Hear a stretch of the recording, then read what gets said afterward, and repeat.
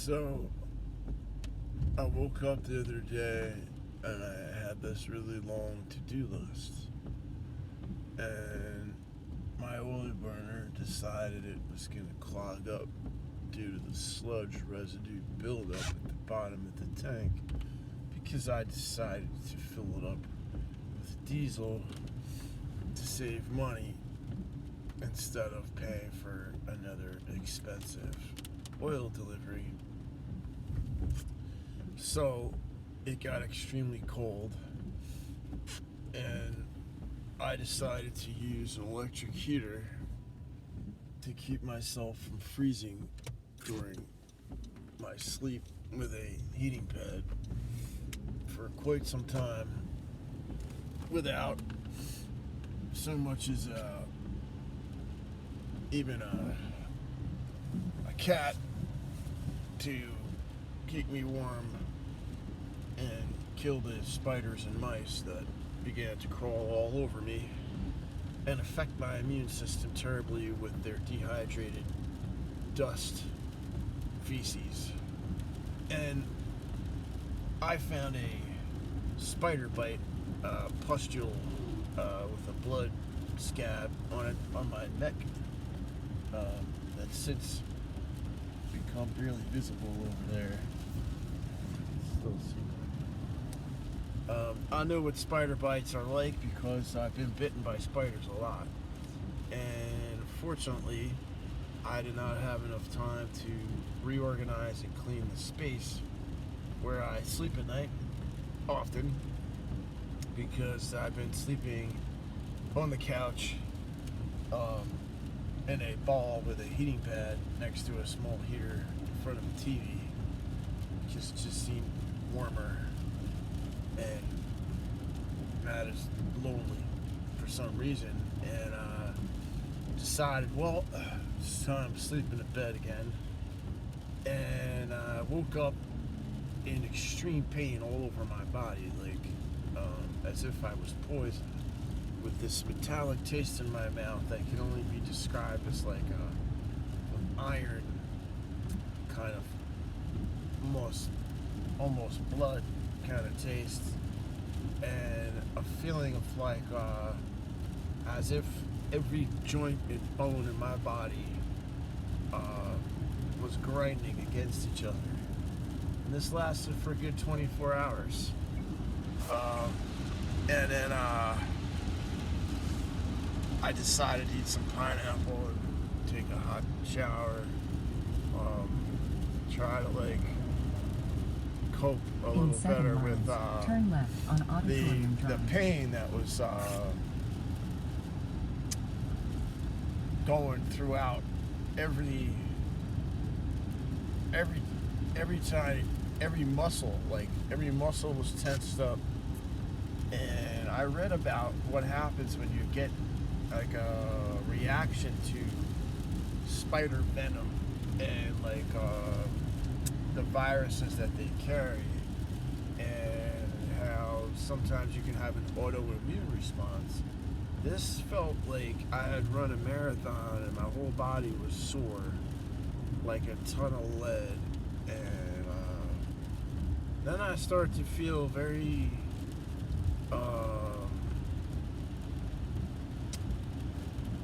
I don't know how else to explain it. Like, it's cold and rainy, and I started to feel like, dang, my get up and go just got up and went.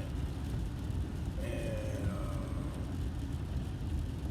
I think it's a combination of stress and feeling overwhelmed about my to-do list as well, because I had a to-do list that I figured, well,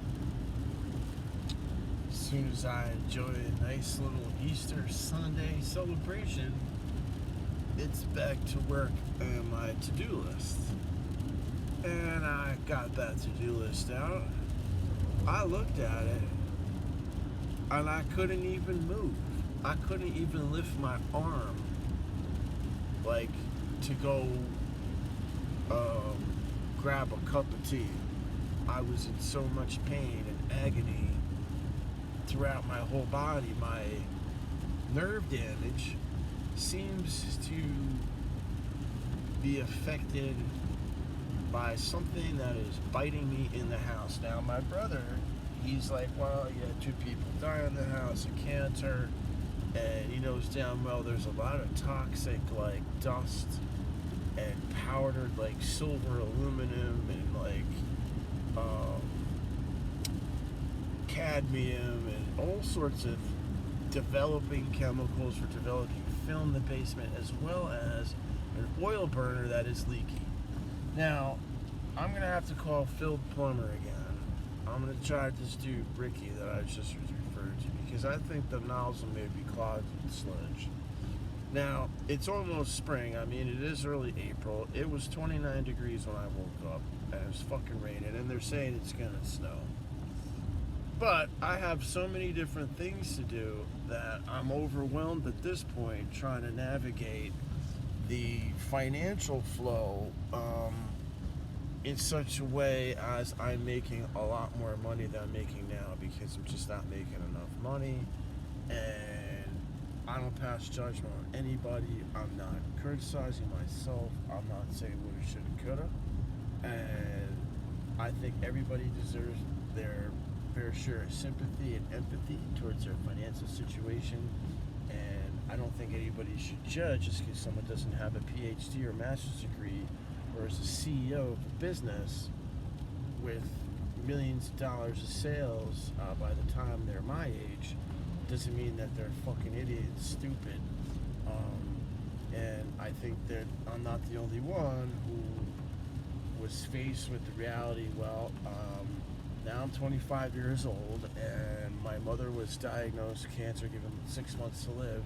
I may as well go to work, put myself through college, and spend the last few months of my mother's life with her every day, taking her to and from treatment, because my brother and father were just no longer capable of doing so.